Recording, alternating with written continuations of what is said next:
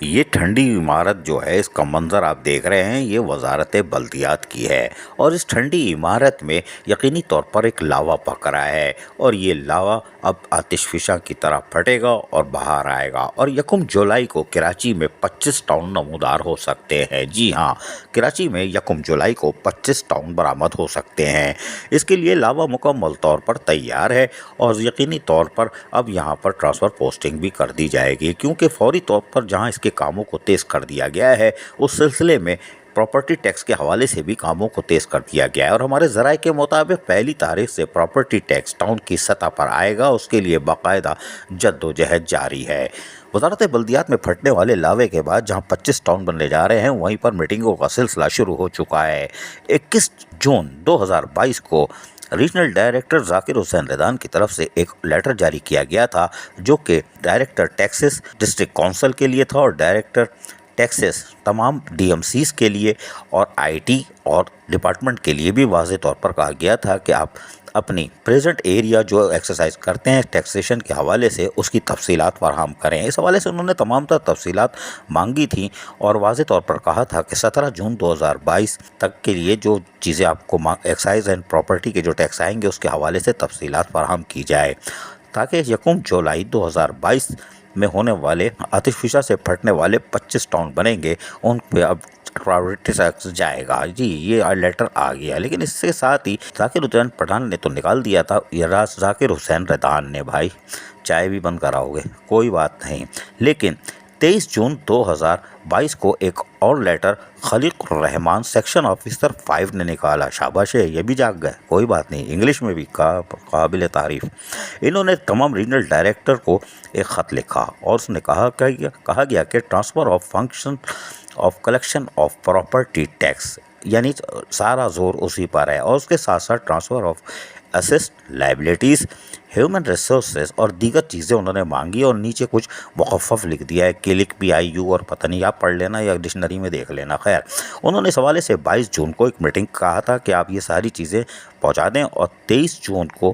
2022 کو اس کی میٹنگ ہوگی ود آؤٹ فیل۔ انگلش میں لکھا ہے، کوئی بات نہیں، کیونکہ جاگ گئے، یہی بڑی بات ہے۔ لیکن ان کے اس آرڈر کے بعد یقینی طور پر ہلچل مچ گئی، اور ہلچل مچی تو ذاکر حسین ریدان ریجنل ڈائریکٹر نے بھی دوسرا خط نکال دیا، کیونکہ ہم نے آپ کو بتایا تھا نا کہ SO5 نے لیٹر ریجنل ڈائریکٹر کو لکھا تھا، اسی لیے ریجنل ڈائریکٹر گریڈ 20 کے آفیسر ذاکر حسین ریدان نے یہ لیٹر نکالا، اور انہوں نے تمام DMCs کے IT ڈپارٹمنٹ کو اور ٹیکس ڈپارٹمنٹ کو براہ راست مخاطب کرتے ہوئے پھر لکھا کہ transfer of function of collection of property tax from excise and taxation department to local council, transfer of assets liabilities, human resources اور دیگر